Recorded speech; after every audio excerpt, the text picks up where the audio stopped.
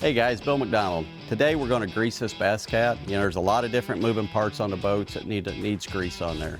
And there's only one grease you really need to use, and that's Lucas Oil Marine Grease. You know, it says marine for a reason.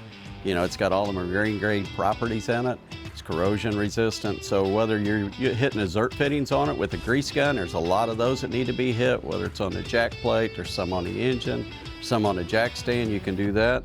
Or you can get the tub and apply it by your finger there on different moving parts on there.